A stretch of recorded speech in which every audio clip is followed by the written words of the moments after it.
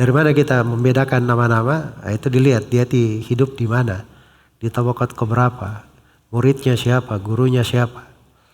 Ya, baik. Itu ilmu rawi. Ilmu rawi itu terpatri kalau dia seorang biasa duduk di tengah guru ahli hadits, bisa menguraikan riwayat, dan dia biasa mendengar nama-nama rawi. Nah, itu baru bisa masuk itu ilmu tentang rawi. Tapi kalau dia belajar ilmu rawi saya ruwat buku-buku, tidak masuk di praktek seperti ini, nah itu biasanya sulit melekat ya. Sulit untuk melekat. Baik. Dan ini ilmu termasuk ilmu yang jarang di masa sekarang orang menguasainya. Makanya tadi saya bilang itu tergantung gurunya belajar. Ya, saya pernah hadir di sebagian halaqah ya. Guru kita ahli hadits di Medina, guru kita. Beliau sudah selesai mengajarkan kutubus sittah. Ada sebagian murid saya ketemu di situ. Ya, saya terbiasa diaman kalau misalnya Syekh membaca, saya lafadzkan sendiri nama-nama rawi itu di buku saya untuk saya dengar sendiri. Tapi kadang orang yang di samping saya ini dengar apa yang saya ucapkan. Setiap kali Syekhnya baca, saya ini sendiri itu latihan, melatih supaya kita tidak lupa rawi-rawi itu, dan lisan selalu terbiasa dengan hal itu. Ada kebetulan di sekitar saya itu ada orang, saya nggak ingat dia di S2 atau S3 di Jamiah Islamiyah.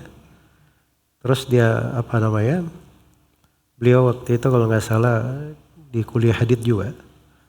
Dan dia heran kenapa saya bisa rawi seperti itu lancar dan seterusnya. Dan saya juga heran kenapa dia sudah S2, S3 tapi masih gini modelnya. Jadi kita sama-sama heran saja ya tentang hal tersebut. Jelas ya? Jadi sebenarnya itu bukan mengherankan ya, itu duduknya kemana.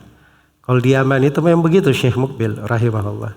Orang tidak mau kenal rawi saya jadi tahu gara-gara tiap hari digebukin pakai nama-nama rawi. Ya. Baru selesai baca satu sanad, tutup kitabnya. Berapa hadits kita baca? Siapa tadi guru Imam Muslim? Meriwayatkan dari siapa? Dari siapa? Ditanya. Semua riwayat yang ditanyakan.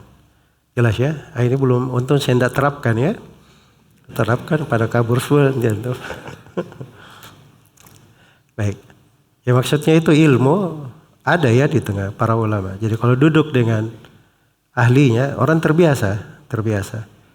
Tapi saya bilang jarang karena saya duduk di banyak halaqah dari halaqah para ulama ahli hadits, dan banyak dari murid-murid tidak menguasai dari ilmu ini. Satu karena kadang dianggap tidak begitu penting, yang kedua kadang kurang pembiasaan di dalam hal tersebut. Padahal ini kalau orang berkecimpung di ilmu hadits, ini termasuk ilmu yang banyak sekali dari manfaat dan faedah ya.